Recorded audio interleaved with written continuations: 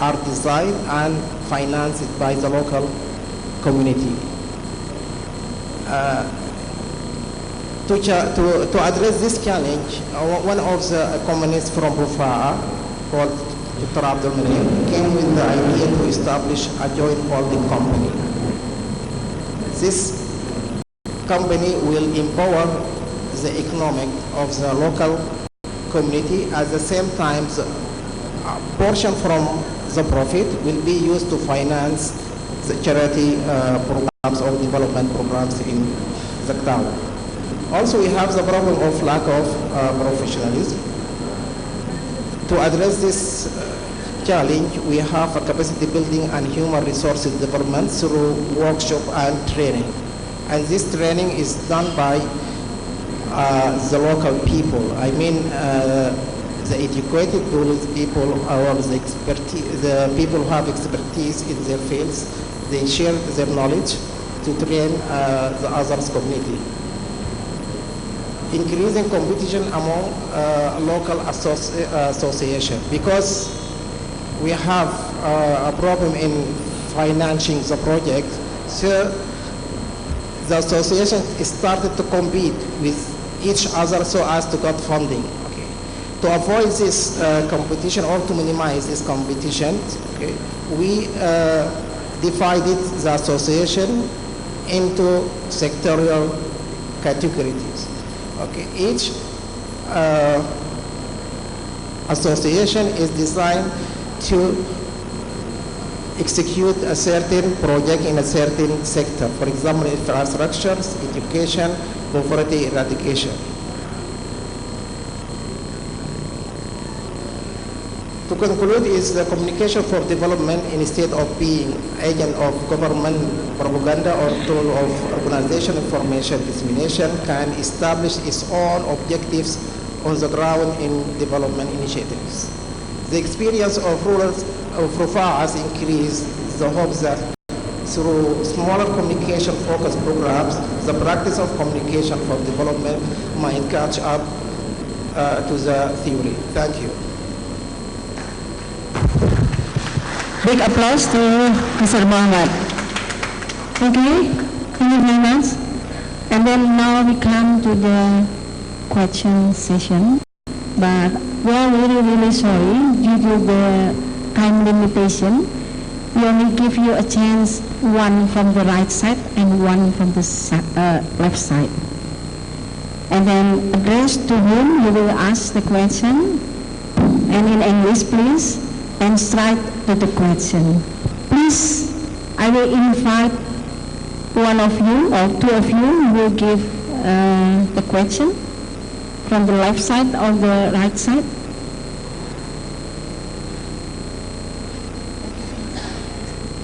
Everything is okay, maybe. It's clear. Or maybe it's other possibility. If you want to asking the question further on, you can contact them through the email. Is that okay? And the conference committee will give you the email for of this speaker. So I will invite again, maybe, or I can help you to translate. There's one. Okay then, please stand up. All right then, finally. Could you please tell your name and where you came from, and then try to the question. Okay, thank you. Assalamualaikum warahmatullahi wabarakatuh. Nama saya Pipit dari Universitas Gunadarma Depok. Ada one question, I don't know for any speaker gitu kan. High information disclosure gitu kan, and government transparency in sustainability development. In there limit considering that in the digital era, karena setiap orang bisa akses dengan mudah gitu, jadi bagaimana everyone can access transparansi dan keterbukaan informasi dari suatu pemerintahan itu sendiri gitu. Okay, thank you. Assalamualaikum warahmatullahi wabarakatuh. Waalaikumsalam. Would you like to answer? The question is about everybody in this era. Everybody can, in this era, the modern era, with the IT, everybody can access to the government with the computer or IT. So what is the opinion of that? Yeah. definition. Yeah. For the public, from the government. Yeah. Okay then. So I think the question is it possible to show all the information in local government so everyone can share in the communication? Is that right? So similar? Yeah? For example, in our government, one goal was to reduce pollution, reduce traffic accident, and improve public transport. So this is something very pertinent to Indonesia because you have many traffic accidents, I think. You have a lot of traffic and not very good public transport. So it's important for the government from the beginning to actually share what is the goal, which is what our local government did. They stopped car parking. They actually closed the car parks and they made people park outside of the city. So they have to have public transport bringing buses and trams into the city. And what it's done is people hated it at first. They really dislike giving up their own car or their own motorbike or whatever it is. So it was very important for everyone to know what were the figures, how did it reduce traffic accidents, and also how it reduced people going into hospital. So we actually were able to share from doctors also that they were saying we're getting less impact of people, maybe for example coming off motorbikes, this kind of thing that might actually affect them in traffic. So I totally agree. It's what we said the importance of data and sharing data, so that you not only know what the roadmap is, but you also get your community on board who are understanding, okay, we didn't like this at first, but we can see it's making a difference. And so the need to keep going with that throughout that process.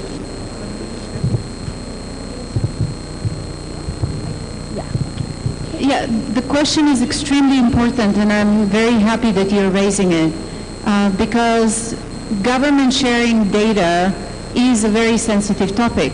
A lot of governments, yes, maybe they can share the information on transportation, but even that can be extremely sensitive. Why do we need the governments to share data though?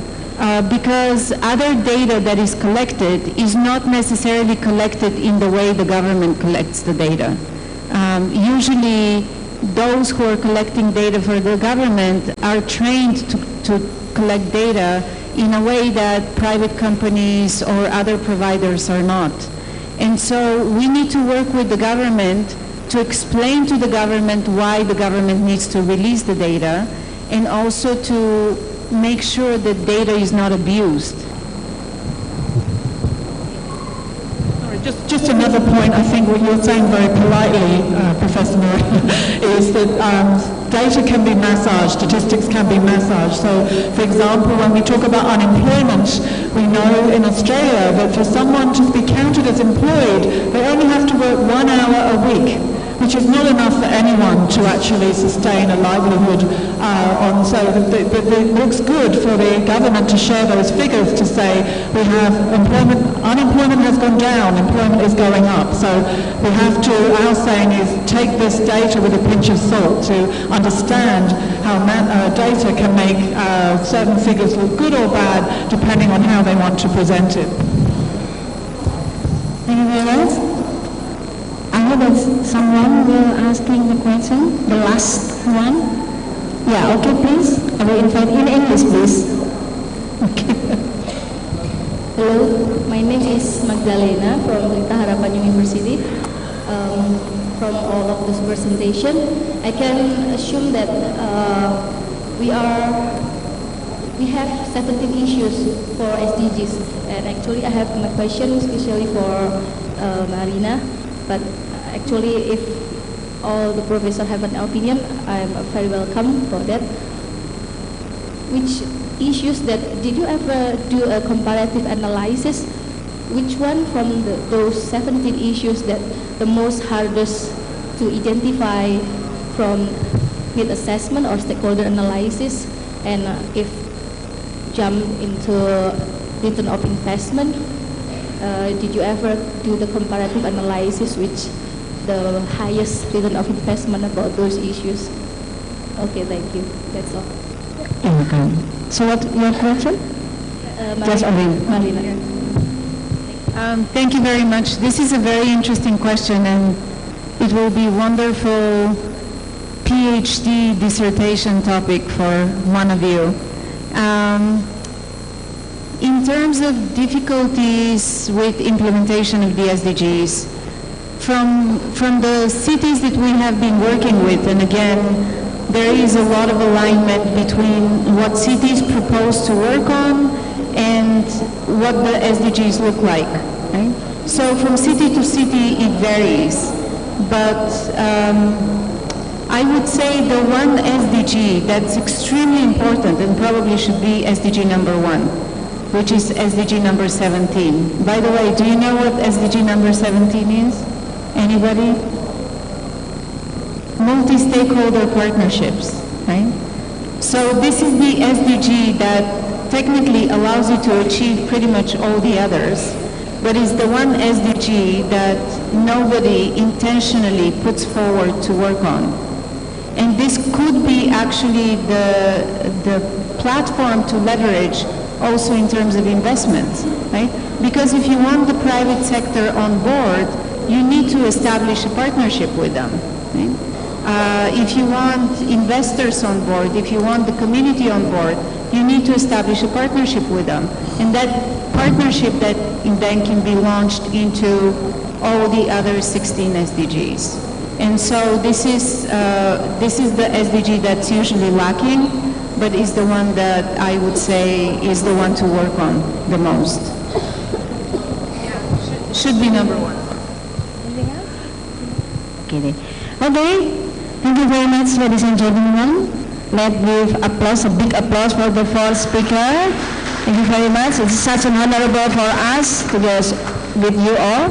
And then thank you very much for the participant. I'm really sorry.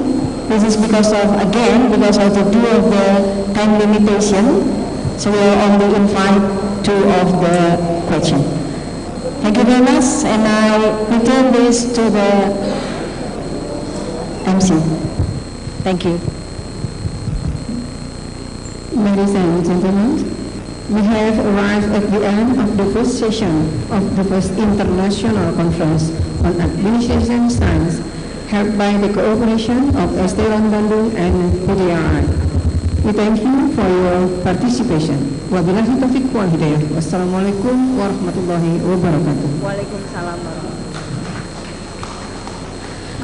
Attention for all the participants. After this, we will have a lunch break for about an hour. So we will be back for the second session, which is the presentation.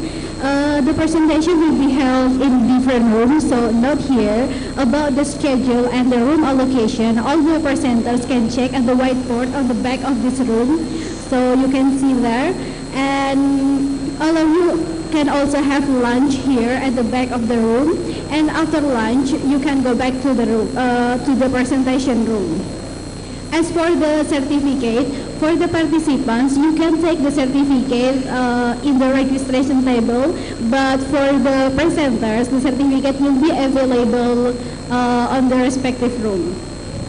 And for those who want to pray, there will be a prayer room, a musola, on the basement, and we will see you again after 1 p.m. Thank you.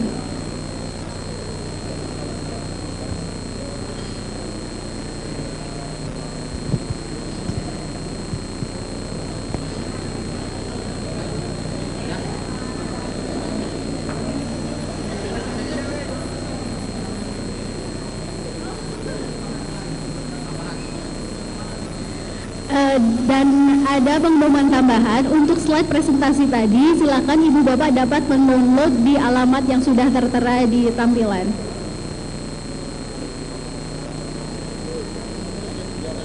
Apa tadi?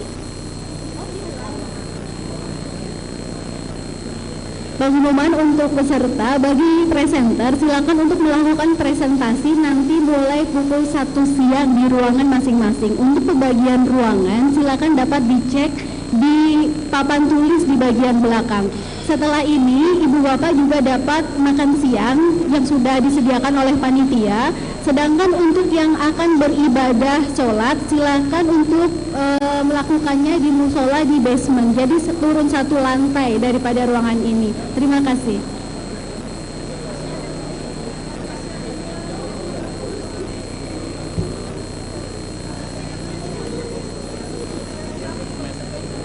Taruh dulu.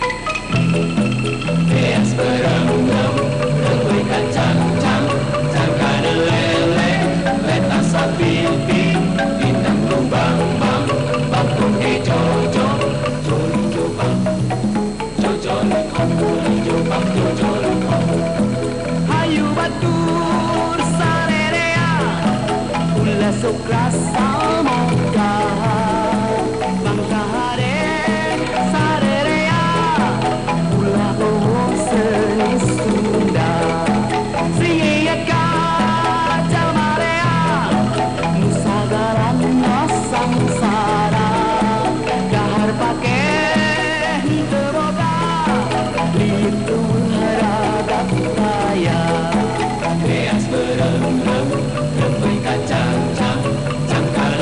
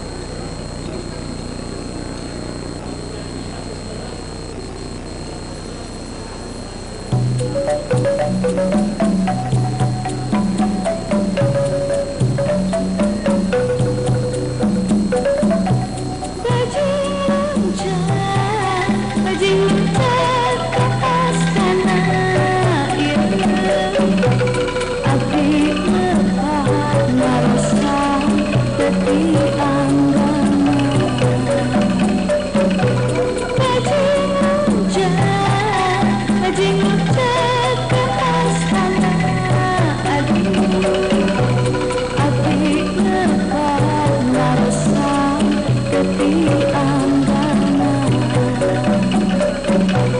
Ku tersangka salira berpuas pisang, terhawas boskan tak semangkos mangkos.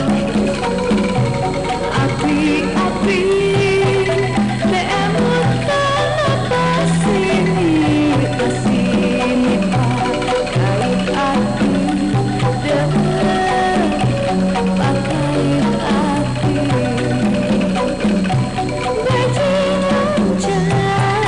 Bajing loncat ke astana ilmu, api lepat merusak tepi andaman.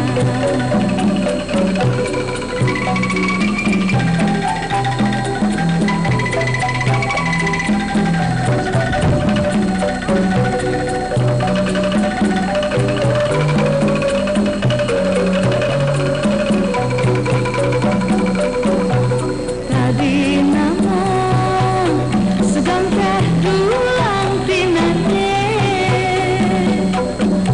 nu dipicang camata ngajakan ilmu. Keterang mah terus caket kekirin semua ibu pusat laut nambah anak.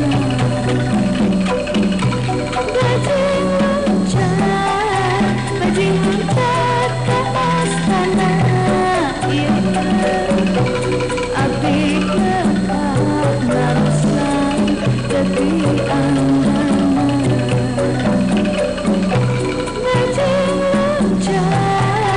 Bajing loncat ke astana, aduh, api lepat merusak tepi andaman.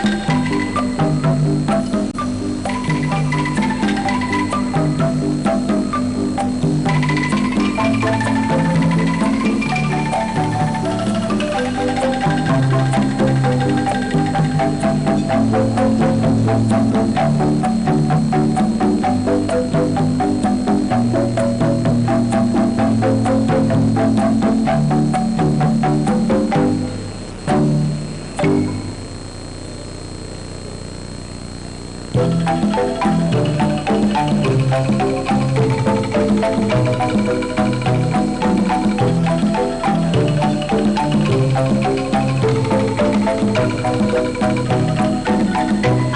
wong pada kelingan masakan, ake wong pada kedanan pelayan, ora lali kesopanan ning sekabele langganan.